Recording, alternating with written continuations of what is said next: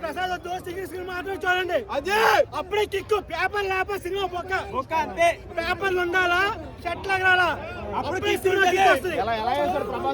అన్న. అదిరిపోయింది సినిమా, ఒక రేంజ్. రాజా సాబ్ అంతే. రేపు ఆఫీస్కి వెళ్ళట్లా. సినిమా ఎలా చేశాడు ప్రభాస్ అన్న? ఎలా ఉన్నాడు?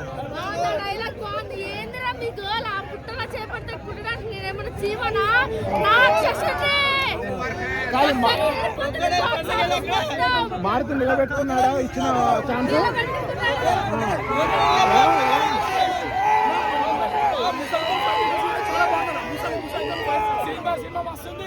Super hit.